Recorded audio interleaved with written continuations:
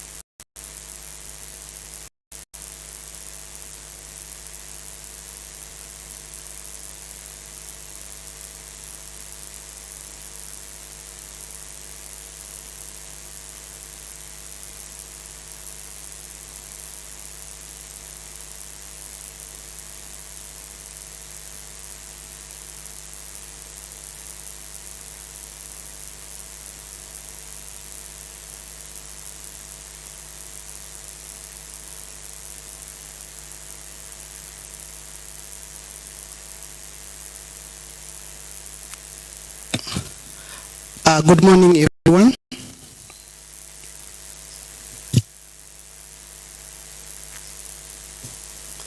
Yeah, if you are together, you can just sit next to the city manager.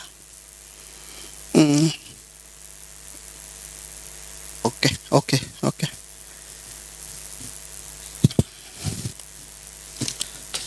Now, members, I want to welcome our city manager to the meeting. City Manager, thank you so much for honoring our invitation. Here we are a committee of trade, tourism, marketing and industry. We are a committee of 7 members. Some are on the way coming.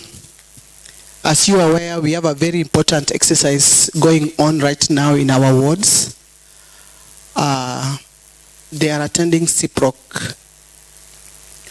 But we are having a special meeting with you today, and I believe that the meeting is going to take the shortest time possible.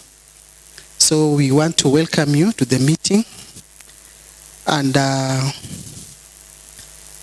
you are here because of a petition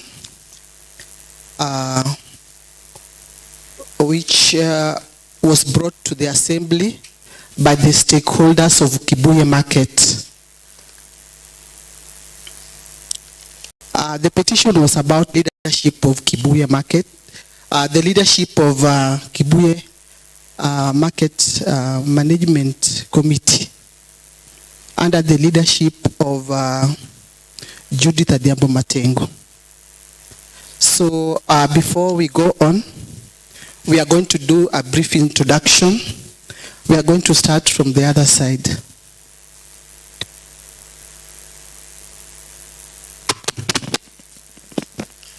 Good morning, Chair, City Manager. My name is Honorable James Ochengo-Molo. I represent the people of West Nyakach. Thank you.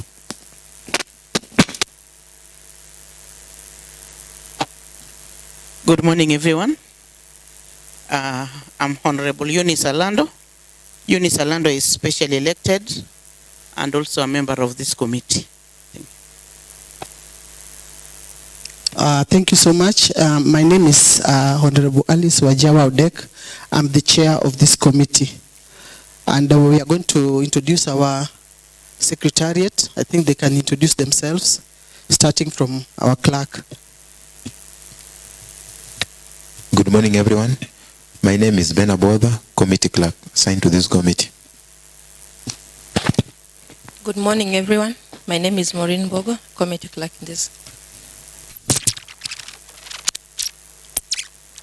I'm Judith Akoth, Sergeant at Arm, attached to the committee.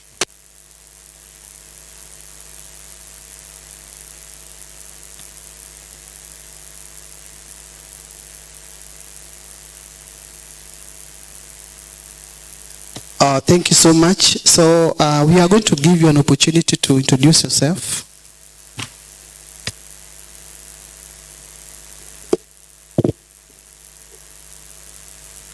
Thank you very much, Chairperson. My name is Michael Abalawang. I'm the city manager at Kisumu City. And I have also come with our photographer. It's called Washington. Oh, thank you so much. Yeah, the petition was against rogue leadership of Kibuye Market Management Committee, led by Judith Adhiambo Matengo. And we got, as we can, I think we got a copy of the petition. It was copied to you. And we also attached the copy on the letter we wrote to you, the first letter. And now, before we start, when we invited you, you were supposed to come and you didn't bring an apology. We waited for you. I don't know what happened. The committee was wondering why you didn't come. And we re-invited you again, and you were supposed to come with some document. I'm going to read the documents and find out if you have them with you. One was a copy of circular which was issued by the county secretary on the management. On the management of Kibuye Market, within Kibuye Market, this circular was done in the year 2022. You are supposed to, the year 2020. You are supposed to submit the documents before you come to the meeting.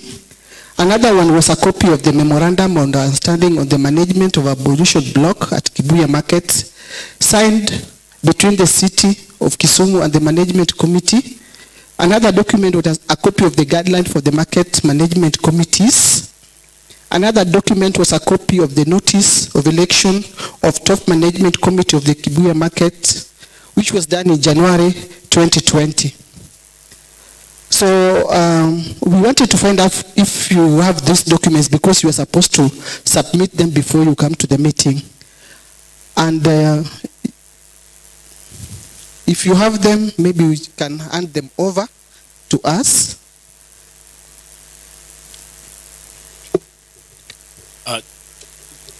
Thank you, Chairperson. First of all, let me apologize. Last week when I was supposed to come, because when the letter came, I marked it to my deputy and our city attorney and the head of legal. And I was called urgently to go for a closing World Bank mission in Nairobi, which was a meeting also that I later delayed, and I also happened to get it the previous day before I traveled. So I spent a whole day in Nairobi at the World Bank offices. But I had informed my deputy, Charles Omolo, to attend, which for no apparent reason, he was not able to attend. And I think I apologize for that. I always respond to the summons to appear before assembly, and I don't have any major reason not to attend unless the diary was altered. So my deputy was supposed to attend, but I think he also wished that I attend in person, and he sent the apology late. Second, these documents, what I did is I instructed our legal person, because he was supposed to deliver them to your clerk, but what I realize is the committee has also dealt with a number of county officials that have come here, whose presence here also, they are the custody of some of these documents. Second, what we would compile, because the guidelines for management of markets is under the trade. It was in draft form, which has not passed through the cabinet.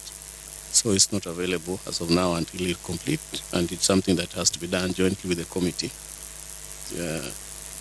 Then a copy of the circular with the county secretary. So, yeah, but I know the memorandum of the abolition was signed, was negotiated between the finance CC and Kibuye. We were only a conduit because it involved revenue collection, and we just proposed. So in its existence, it's there, but I thought the trade people would come with it. So, I thought if you need any clarification of them, proceed. But I'll forward them later, because our legal person was still compiling. As of the time I was to leave, she was still compiling whatever she can get.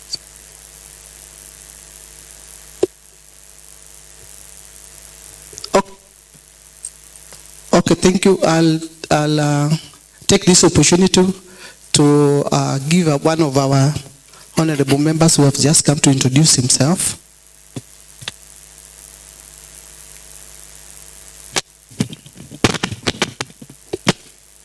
Thank you, Madam Chair.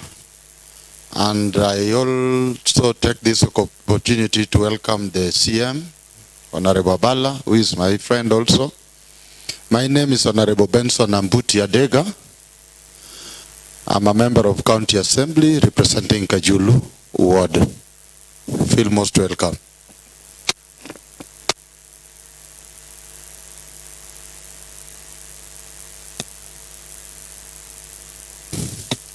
Okay, thank you so much, CM. As I told you earlier, we are just going to start our deliberation on this issue, and let's hope it's going to take the shortest time possible. I'll start by asking some few questions here. One of them is, what are the legal instruments being used by the city to manage markets?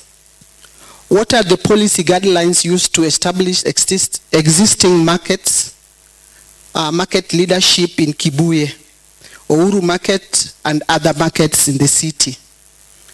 And I think you can answer that before we go on. Thank you. Thank you very much, Chairperson. Is the traditional instrument that we use is okay. City is established under Urban Areas and Cities Act. If you go in detail, the Urban Areas and Cities Act, there are regulations also. There are regulations that of late was amended. There's Regulation 2020, as late as 2021, which I'll take you to send through that. But you know, so most of them are borrowed from former municipality of Kisumu during the local authority, where markets. Excuse me, Sergeant Atam, the nini is not, the city manager is not audible, so check if is. Is that okay now? Yeah, Hello. It's okay. So what I'm saying is, that is what we have been trying to extrapolate, to have a guideline and a market management policy. But we use those old regulations, where management of market is vested on the traders themselves and the management officials. We really restrain ourselves in terms of interference. And what we deal with is service delivery in terms of paying electricity, water, garbage collection, and providing security, and also ensuring their toilets under waste management, environmental issues. But the day-to-day running of markets, we leave it under market management. And that's why we conduct election and we ensure the market management is elected and watered enough for a period of time to manage from time to time. And then also what we do is we have the Department of Finance who post market superintendent. Market superintendent ensures a proper revenue collection. Mostly revenue is their focus. As a city, we focus on those services of ensuring there is market light, electricity, and the rest. But sometimes we get overwhelmed with this, which I'll explain later. So what we do, we still use the regulations under Urban Areas and Cities Act. And sincerely, we are yet to come out with a market management policy and guidelines, which must go through the cabinet and pass also through the assembly and in form of regulation or be gazetted. That is not yet complete. Thank you, CM. Do you have an existing directory of trade within the city, and how does the management structure looks like, including the existing staff?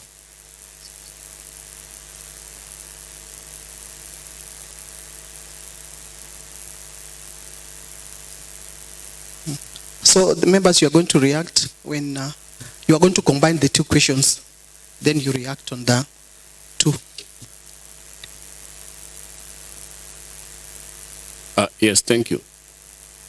Yeah, the management of the city structure is very elaborate. Kisumu is one of the third largest city in Kenya, and in a city within a county. It's not like Mombasa or Nairobi.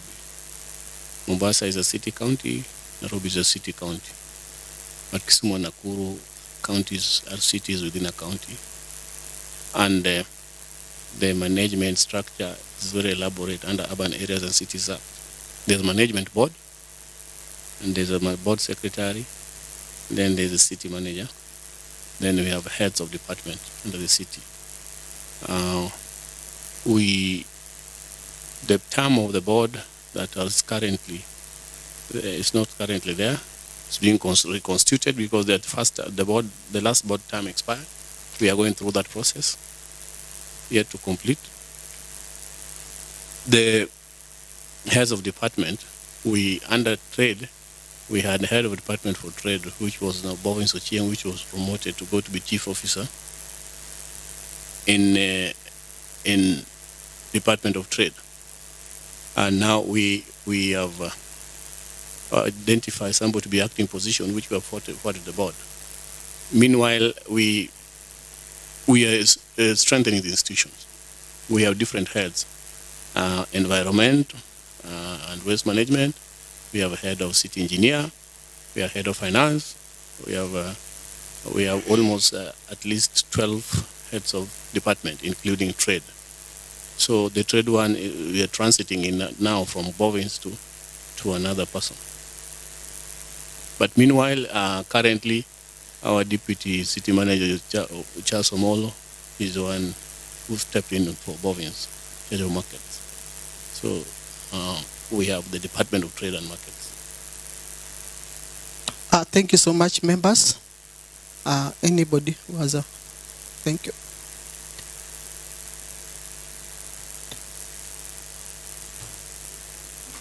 Mr. Jemo. Yeah, thank you. Thank you. Bana City Manager, in your response about the legal instruments that you use for managing the city and the PC guidelines that establishes the market leadership, I'm just having a question. Take of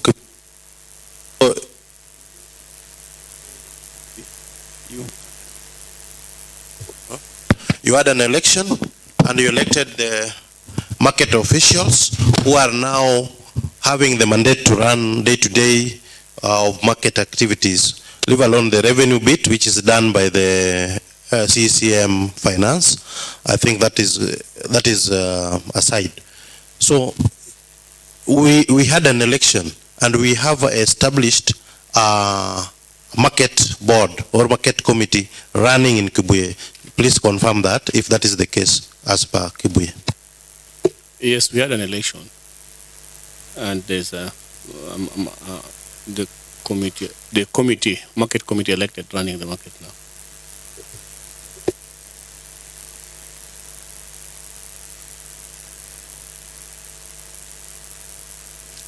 Honorable Adega. Thank you so much, Chair. And the CM.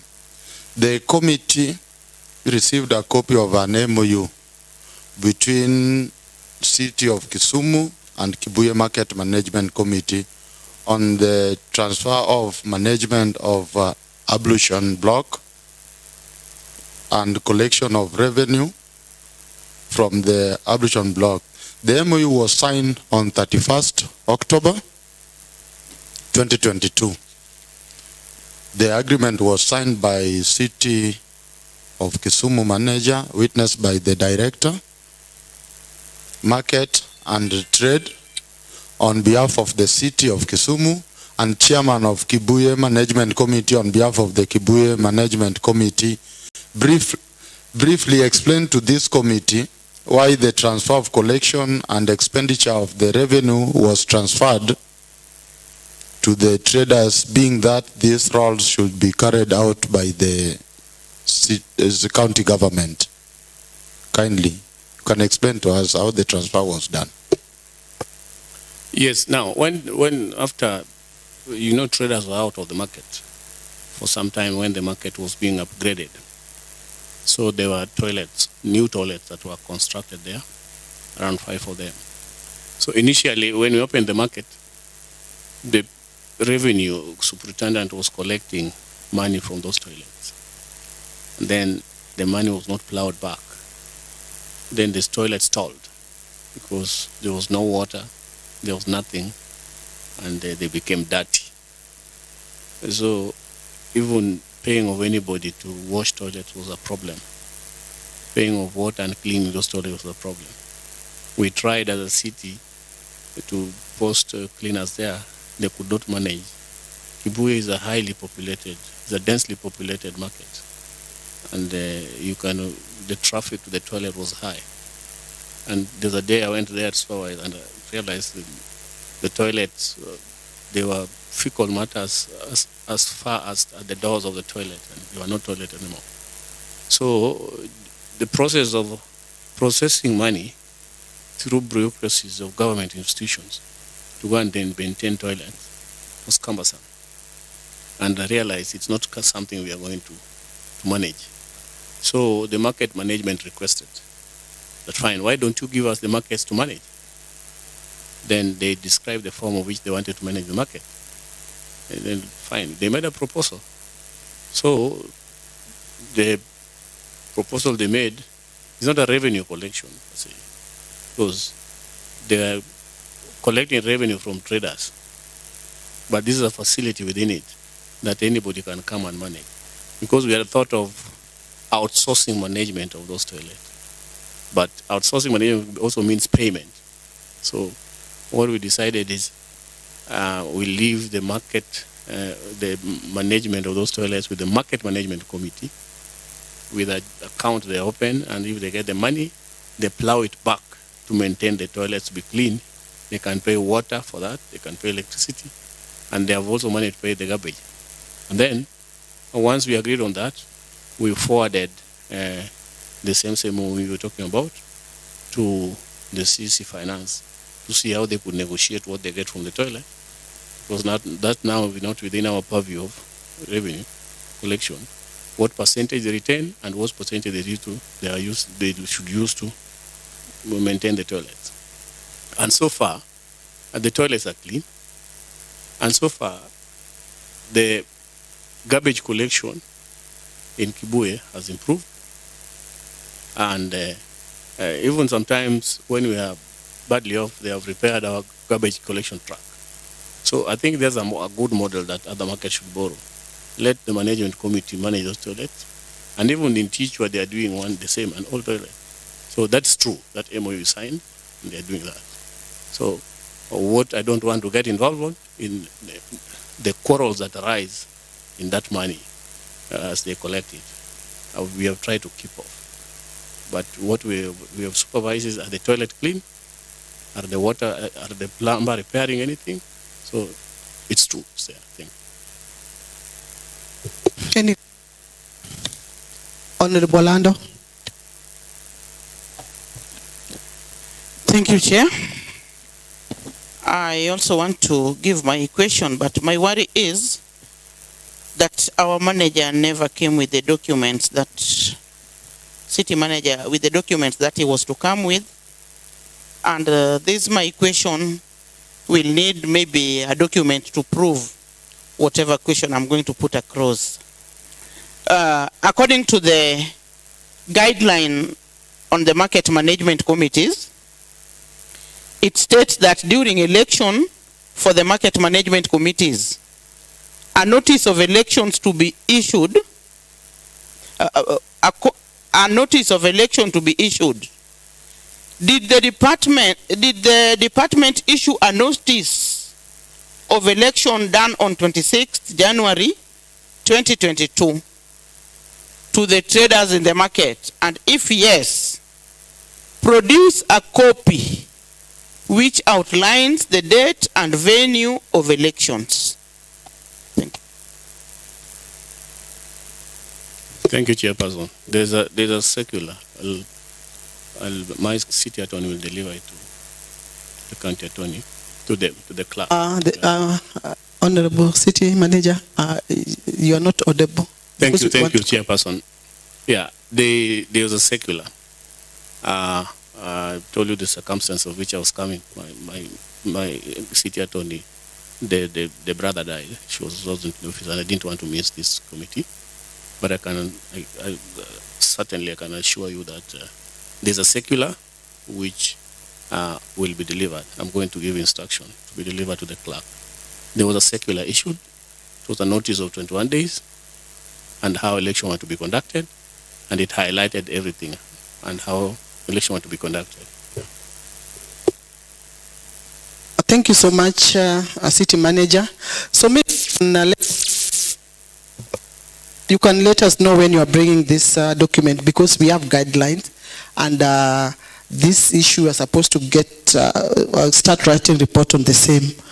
So I don't know when we are going to get this document. But before end of business tomorrow. Honorable Lando? Through the chair, just along with that question, maybe if the city manager maybe could highlight the committee, where was this election done? Because the circular would have guided us to know where it was meant to be done. It's also good to know whether it was done, where the venue where it was done, whether it was within the market or outside the market, and maybe the reasons why it was done in the market or outside the market. Thank you, Chairperson. I have a clear mind on this very well. That time we were conducting election, the Kibuye was still going under construction, Kibuye site. And the Corona, it was called Corona Market. That was the temporary, the temporary place where the traders were settled. That's where they were. And the election was conducted at Moi Stadium, which was adjacent to Corona Market. That's where it was conducted. So we assume that time, because Kibuye Market was not accessible, and where the traders were was Corona Market, adjacent to the stadium. Stadium was a conducive place for conducting the election. Chair, just if you allow me, you know, this my question, it's a little bit broad, because it's good to know whoever stood in for the elections, whoever presided over the election, it's important to know, and those who are present during that election, and even how it was conducted. After it's issued, after issued circular, and the circular enunciated very succinctly how the election was to be conducted. I was not there, but then our Director of Trade, Bovin Suchieng, was there, and the team that presided over election, And what was reported to me, it was conducted sector by sector, and also it was Mulolongo. You stood there and people queued behind you. So it was Mulolongo. And for me, the election was fair. It was fair, and we got the report, and we adopted the officials that were elected. Honorable Adega. Thank you, Chair. In the petition, which we received here at the Assembly, it is noted that no election was done for the top management of Kibuye Market, and you were present during the formation of the interim office. That led to the formation of interim office. And when is election scheduled to be done for Kibuye Top Management Committee? Yeah, now, I know what the petitioners are alluding to. The Kibuye election, the one that was done at Moi Stadium, was by sectors. There are sectors, carpenter, food staff, mutumba, sections by sections. I was not there. I didn't need to be there. It was under the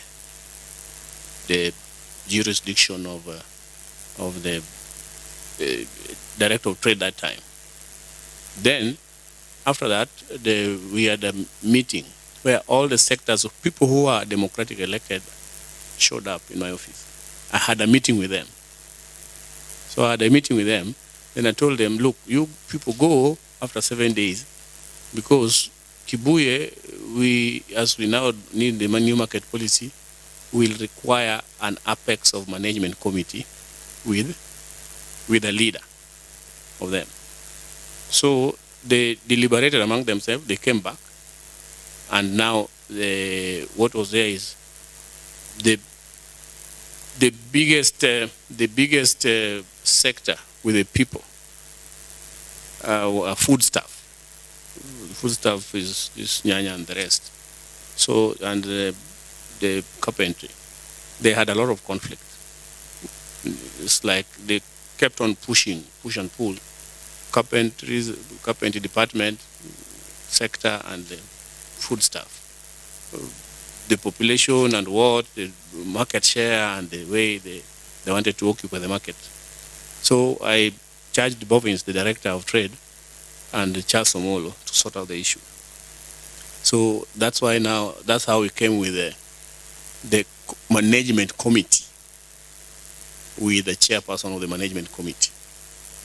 But the direct election elected Judith Matengo as the majority food staff leader. And that is what is there until that time, until the next election is conducted. Ega? The CM, my question, you've denied that you are not present during that time, isn't it? We're not denied, I've clarified. I wasn't there in Kibuye when they were elected. Okay. Yeah. Did the top management did the election? Because the rest are the department, Mtumba, food staffs, but the top management election were done.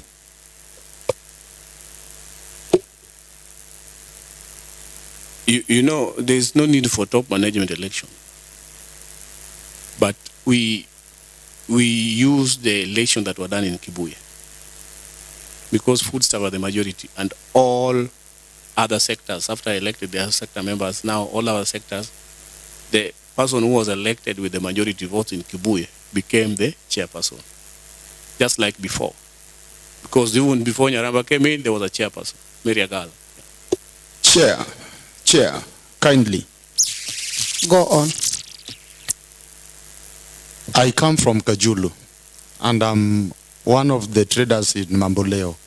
And I always know how the traders do election. First, the departments, Nyanya, Mtumba, shops, carpentry, whatever, they elect the representative from the departments. After that, now they elect, this committee will elect the top management. The procedure of Kibuye is the same or different with what I know? Absolutely, it's the same with what you have described. So the top manager was elected as per your information? Absolutely. Thank you. Honorable Alando. Thank you, Madam Chair. The CM has just accepted that during the election, he has, the people who presided over the elections includes even the then director, who is Bovins.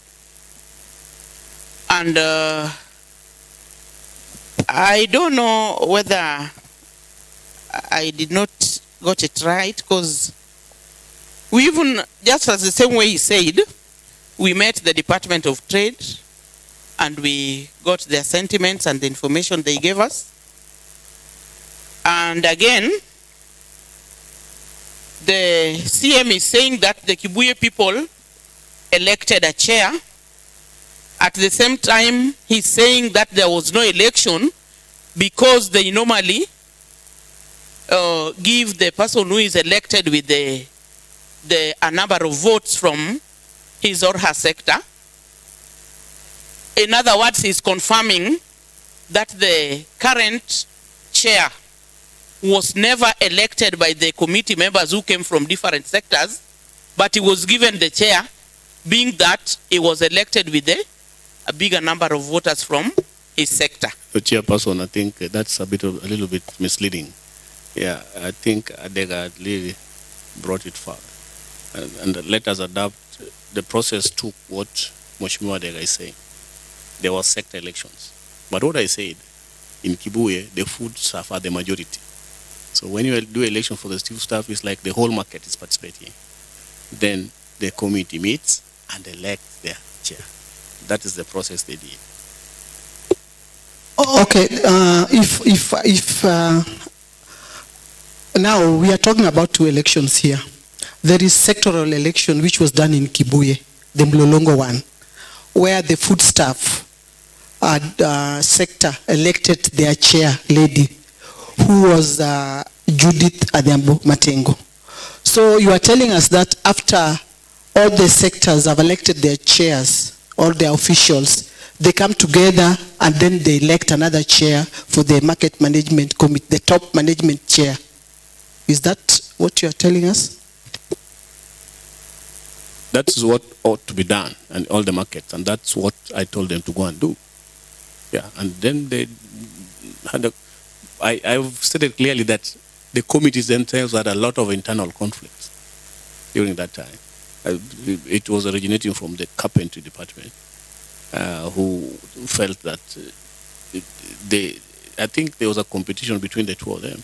So the other one emerged the winner, the other one didn't emerge the winner among their committee election.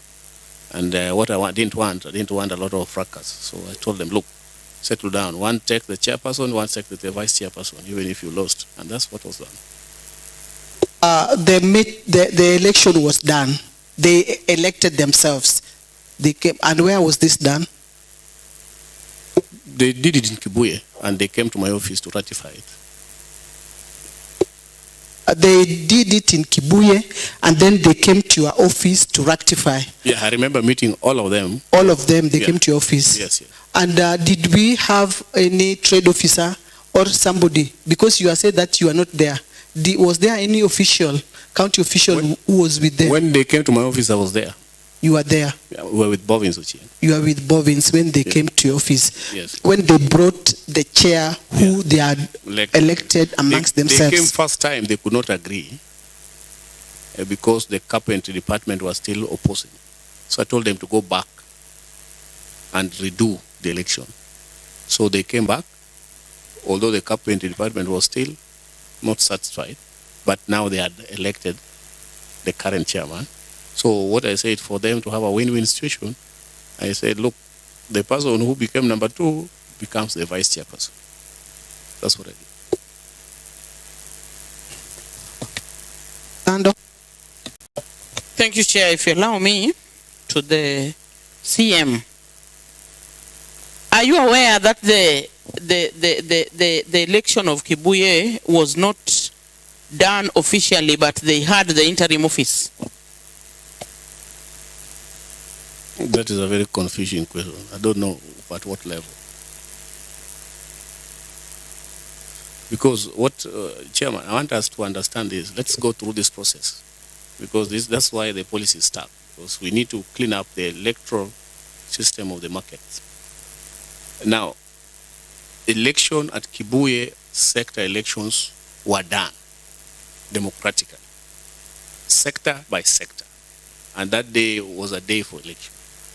Mulolongo, everything. Carpentry, they elect. And once they elected that, they were to sit as a committee and produce one single chairperson. Because like a parliament, there must be a committee, and there must be a leader of that committee. Yeah. So that is what was done, which is not so clear in the, that's the gray area. It's not so clear in the policy. Yeah. So that was what I'm saying, that this is what now the trade department and the city need to sit down and clean up this and the electoral process. But until the election of the market, it is very clear. But now when they sit together to elect the chairperson, that's why there's a problem. Honorable Adega. Thank you, Chair. CM, I know you are aware about the wrangles within the Kibuye.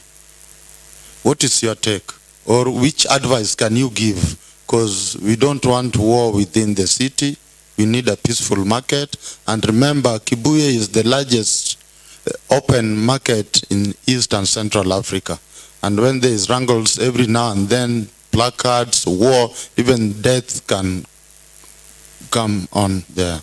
Kindly, can you advise way forward how we can solve this issue once and for all, for you also to have peace?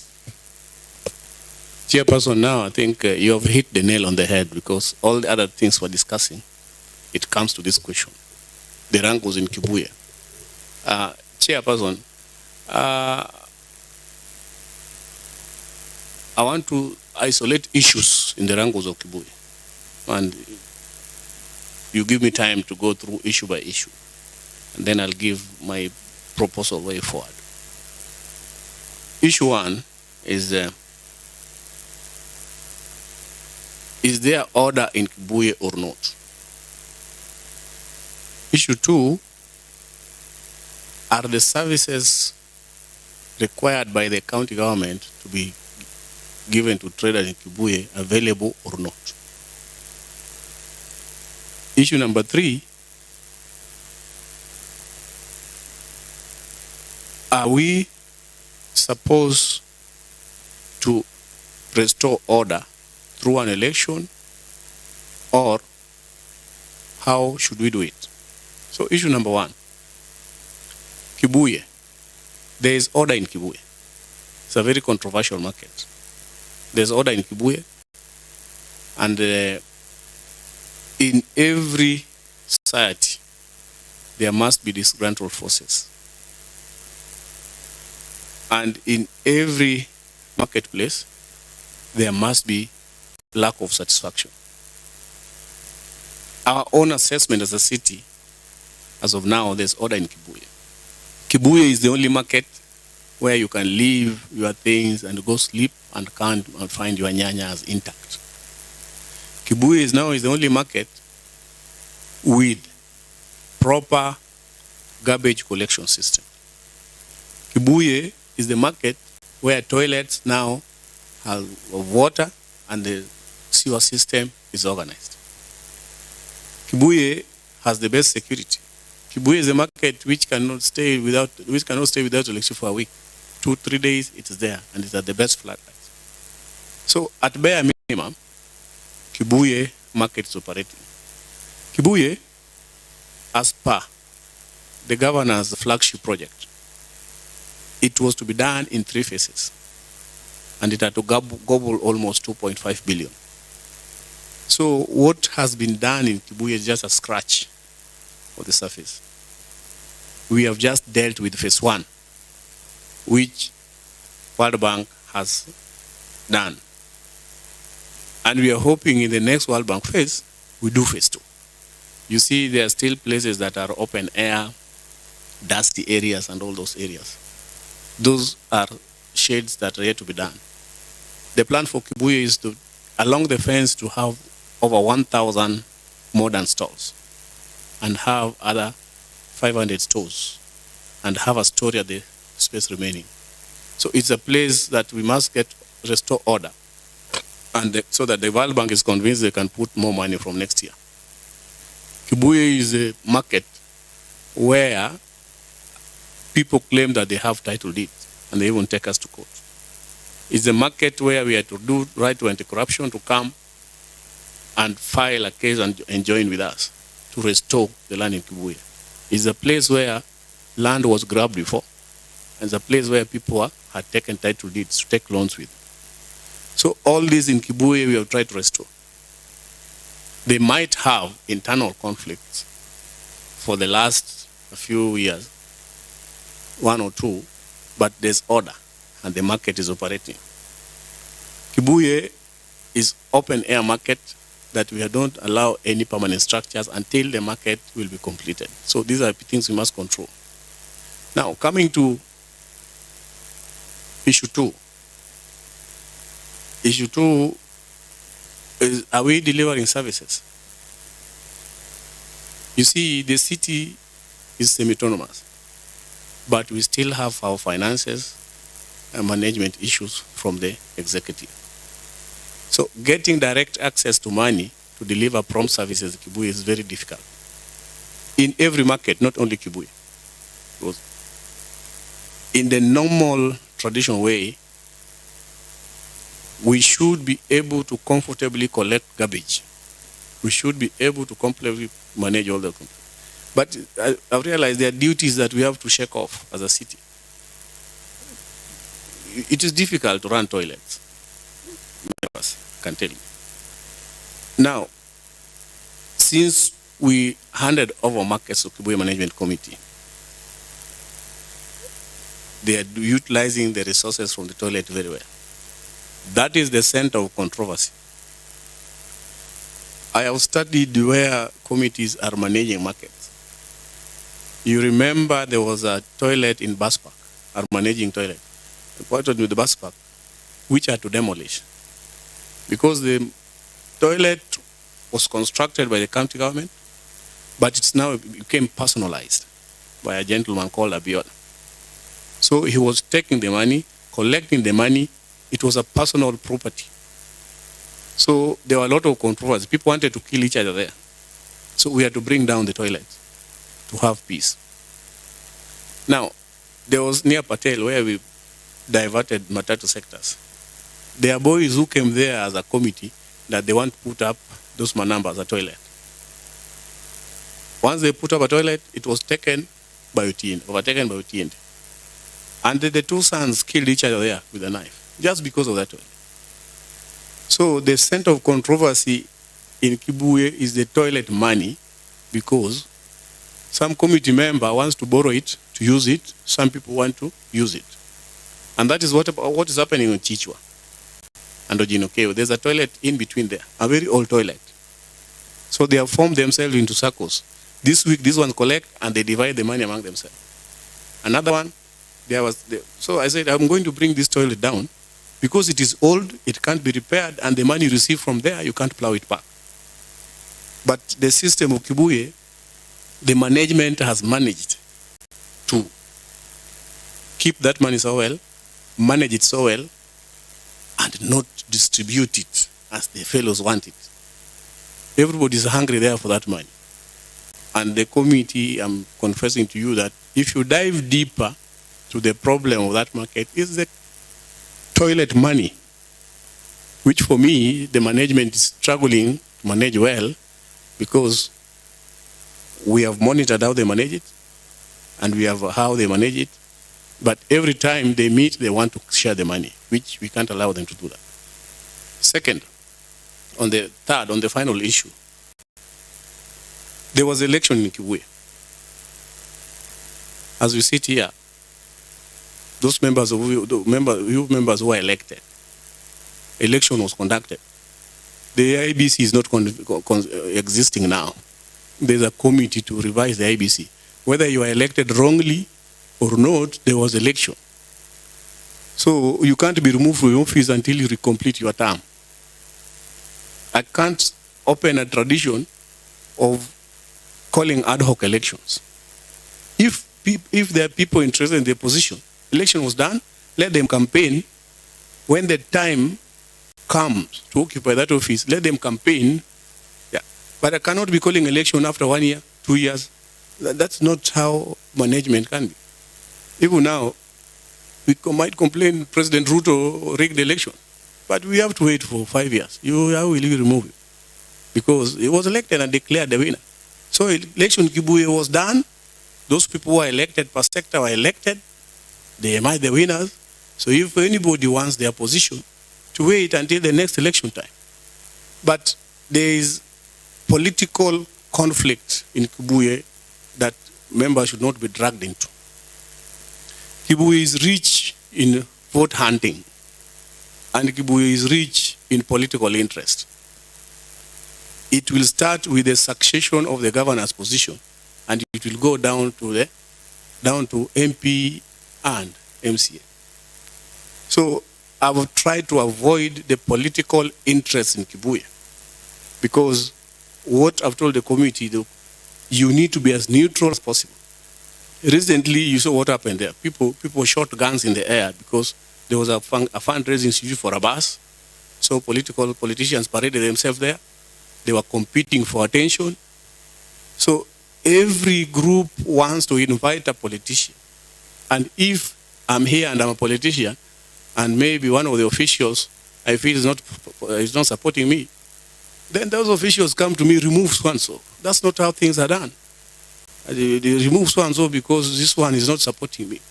So I'm saying there's also the deeper part of political interest.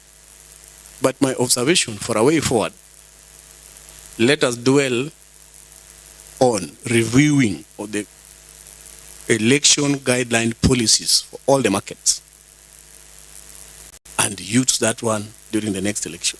But let us wait for the term of the current existing office to expire, then we conduct election. Honorable Adega. Thank you, Chair, and also thank you, the CM. The term is ending when? That is one question. Just a minute. I have two questions. Two, we want peace in the market. And if the toilet is the main problem, I'm sure you have powers to take back the market, do the revenue for the county. You have the revenue collectors with the machine, those who are doing the parking. If you can take it back for us to have a peace in the market. Those two questions you can respond to. Yes, we checked the term limit. In 1 year's time, we'll be conducting elections. And what I would wish that we recommend together the committees, let us work on the policy and the election guidelines properly, so that this time round we have election to the end. That's democratic. If you're defeated, you're defeated, and which outlines the process. So it's just barely 1 year, then we call the elections. So let us do that. And then on the toilet, on that question of toilet, meanwhile, we are waiting for election. You take the toilet back, then we'll give them back after the next election. That's the second statement I was going to make. You are just thinking ahead of me. Now, to be sincere, members, I can confess to you, I don't know how you are doing it, Mambolewa. I've gone with you there. If we take those toilets back, then we are going to have more problems than the ones you have now. Let me tell you, it will take forever for Exchequer to process money to clean a toilet. I'm not cheating. If we take the toilets back, they agree the market and we bring a private toilet manager. And that is another problem, because we tried and now they'll team up to chase that person away. So let them continue managing the toilet the way they're managing, because it has solved a lot of problems. What you say is we need to ensure that there is prudent management of that resource collected and what they are remitting to the county and shared revenue basis. I'm not going to supervise our toilet is cleaned in this market. It's a waste of time and it's a problem because every market where we manage a toilet has a problem. It's a big blame and will be a failure on our part as administration management. So what we need to do is to advise the wrangling parties that, look, you manage the toilet and understand that prudent management will be there. And the management is vested on the existing committee. Committee is the one that signed the MOU. So even in future, the ones who will come to be elected, they'll still manage the toilet. But as far as I'm concerned, I don't see any problem because money has not been lost there. And the Chichwa is now working hard to borrow the same model because there's a toilet opposite at Uru Highway. We need to give it Chichwa. They are borrowing from Kibuye. The management, Otunglo Market is borrowing from Kibuye because we are not there to clean the toilets in the market. It's a difficult task and a hackling task. We will not manage it. Okay, before we go to another question, previously, how, because we are sure that Kibuye used to have a toilet even before this, how are they doing it? And then markets like Jubilee Market, how are they doing dealing with the toilet issue? The chairperson, that's a very good question because we can benchmark across. Let me start with the Chichwa. The market, I told you the market they are managing. Yeah. But the committee can visit and see the state of the toilet there and compare. Second, if you go to Jubilee, it's the market management managing the toilet. They handle it very well, and the market, the toilet, although the population is high, the toilets are little low. Every CBO or anybody in this city wants to manage a toilet where there's a public place, all of them. Now, Kibuye before, there were single toilets managed by individuals and CBOs. Yeah, and the toilets were not many. These toilets were opening a few. 4 of them were built by Kenha, and then we built some during the upgrading of Kibuye. So there was a scrambling among internal CBOs. Even this group advancing, they are just the people who would like to have that toilet. Yeah, but now, when they were managing it, they were not in good condition. They were not in good condition, and the prices they were charging are very high. The advantage with this one is the resources from that toilet has helped it to be plowed back to sort out a lot of problems in the market, including temporary garbage collection and water flow and repair. Like there's a time all those toilets were clogged. We didn't have money. The repair it would cost almost 150,000. So they did it. The committee sat and they did it. So the only thing is, yes, we know there's money from the toilet and you are eating it. That's the problem there. Everybody wants to have a pie of that in the whole market. But it's group of there. So I still repeat that, look, if they can do the Jubilee model, it's fine. But Kibuye now has the cleanest toilet in all these markets because of that kind of arrangement. So we cannot leave markets in Kibuye now to be managed by CBO because it's kind of like a private and individual thing. That's what I avoided. So we can get a solution jointly. Yeah, because once that is solved, I think we'll have some peace. Honorable Lando. Thank you, Chair. To our city manager. As a county, what we need to provide to our traders, especially those at Kibuye, is to see on how they can have peace as they do their businesses within our markets. And if they feel there's a problem, they bring to us, and then we sit down and see on the way forward on how we can assist them. Here is a situation where there was a petition that came from Kibuye, and I don't know whether you shared a copy of petition with our city manager so that maybe he can go through it and get what the petitioners were complaining about, and even they ended up and even wrote the repercussion that if there are problems is not looked into, there are some other repercussions that might come from the market, and we need to solve these problems together. Okay, you've stated that once election is done, they must finish their term, is when we'll maybe conduct another election, just the same way in Kenya you've given us an example, which is very true. But remember, if there's a problem even in Kenya currently, which we've seen before, other things had been done. Because even we remember last election, there was tension.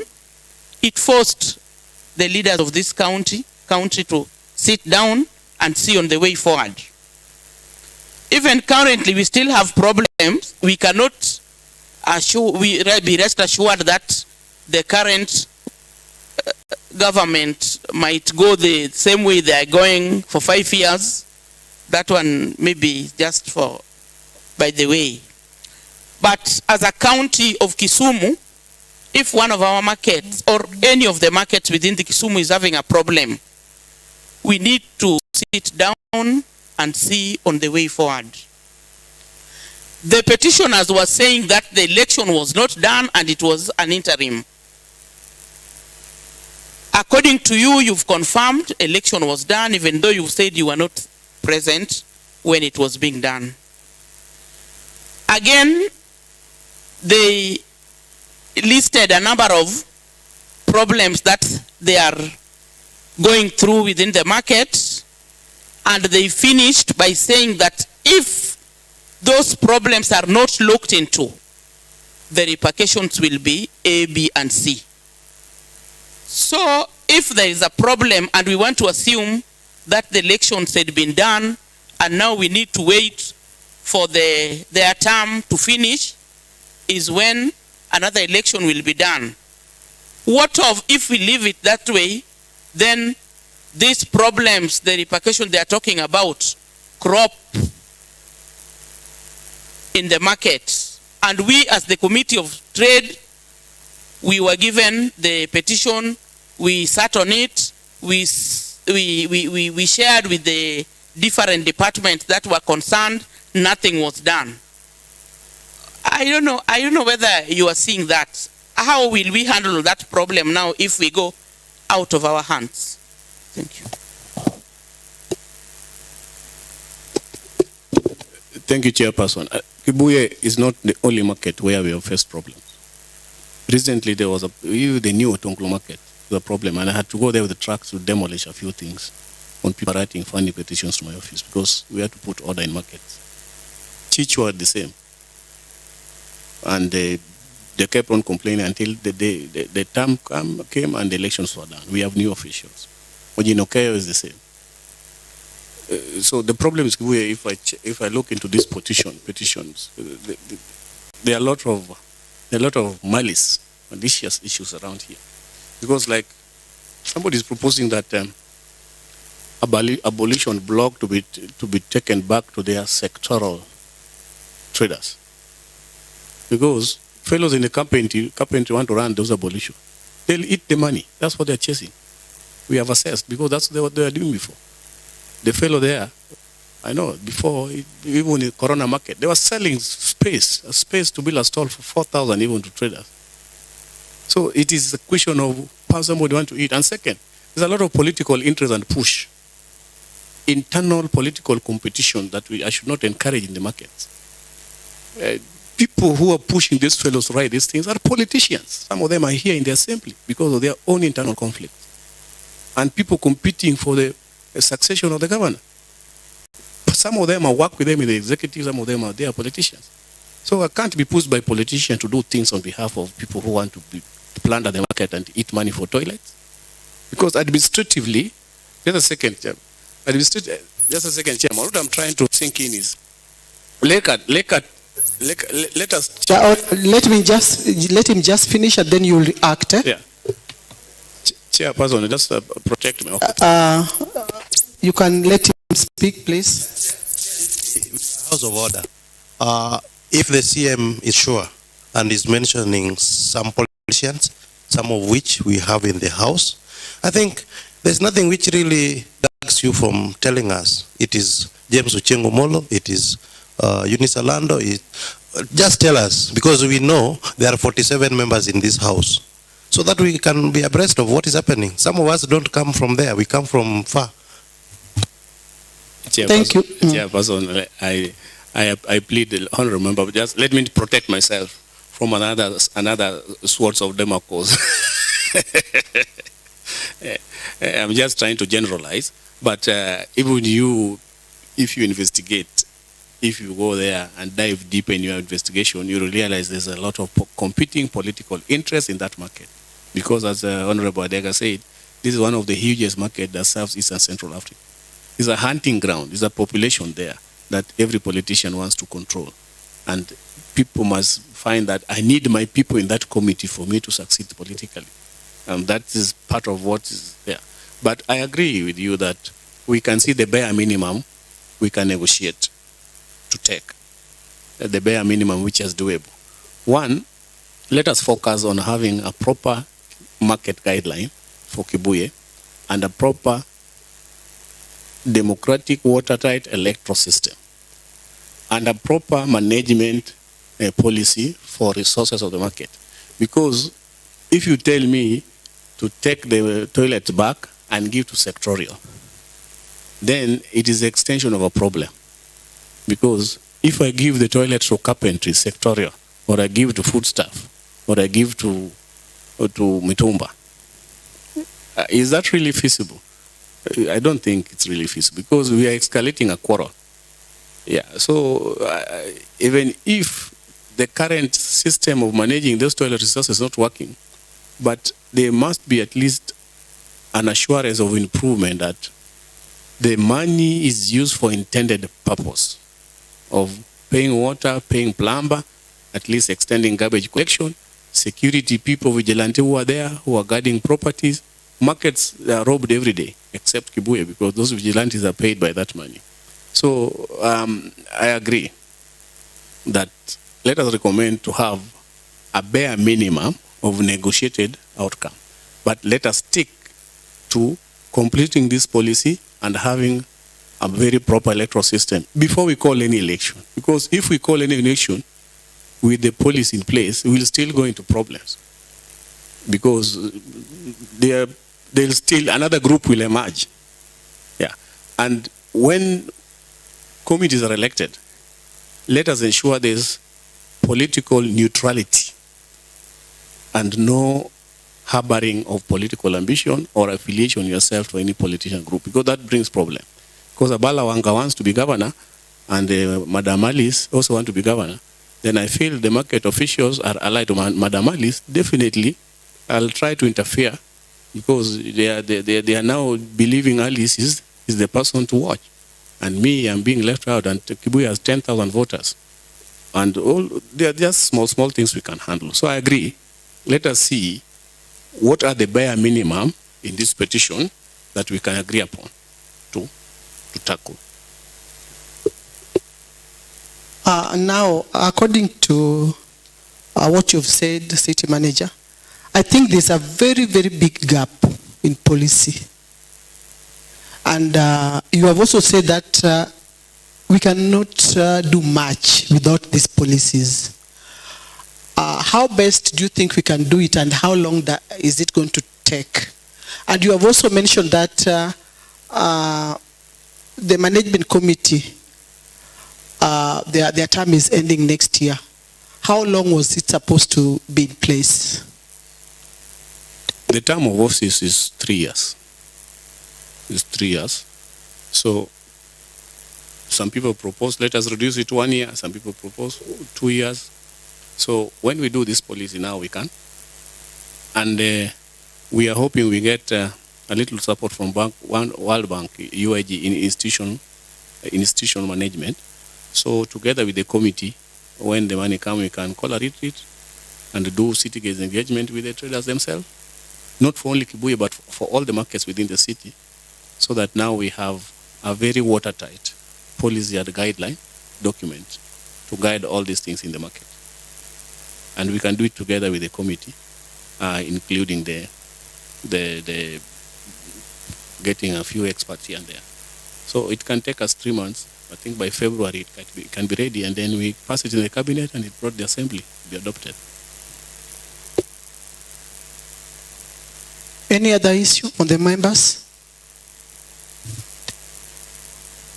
Chair, just on that, I think, Bwana CM, these bare minimums, I think you are abreast of what is happening. Maybe you could share with us the ideal bare minimums that you can think about, so that when we are doing the report, I think we... Okay. So, I'm told you already spoken about it. Thank you. Chair, that's the same question I asked, and you had already advised us way forward. Mine is in general, CM, about the cabbage collection. There's a big problem. I know you are aware. Even where I come from today, I saw a hill. They want to give it a name called Mount Adega. There's a problem in garbage collection. When you call the department, it will take almost a month for them to come and collect the garbage. Kindly do something, or give a private collector if you can't do it. Yes, now this is where now those fellows come in. Those fellows, you remember them. Yeah, let me summon them, you come. Let them come and clear that mountain fast, because there's a zero tolerance program funded by USAID. And that's what they're supposed to be doing. And also that's why their Waste Isolation Center is coming there. Meanwhile, I want to tour there with you, with my head of environment, because the problem is we have 2 of our trucks are broken down for the last 3 months. We have only 1 truck, and we had put in the budget to buy a new truck. So the other thing is, do you have a skip loader there? If you don't have, Mamboleo needs at least at bare minimum 2 skip loaders. Yeah. On the same, those guys at Mamboleo, which were constructing a recycling, they said there's a benchmarking. I don't know whether you'll finance that. We go to Arusha, as you said earlier. We can organize with you to go to Arusha for benchmarking. That's okay. We can arrange. But meanwhile, you are in the city MCA and you didn't put your resources on environment here. You took them somewhere, so you can also be chasing those.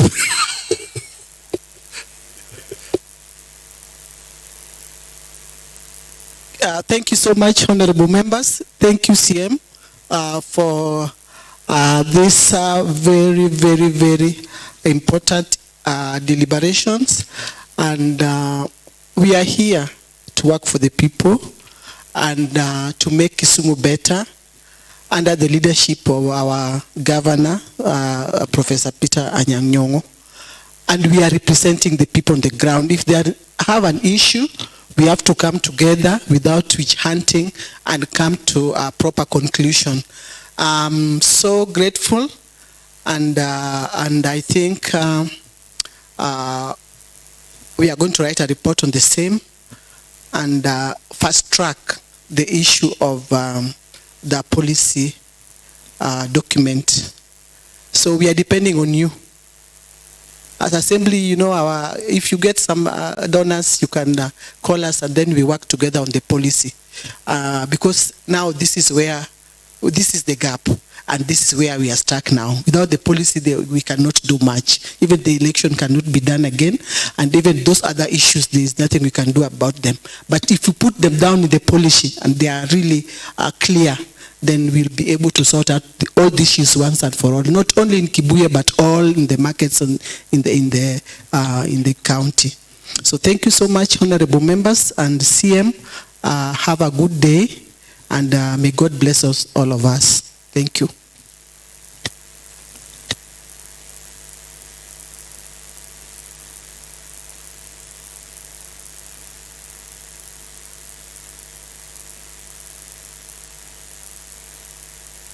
So honorable members, we are through. Sio lazima tu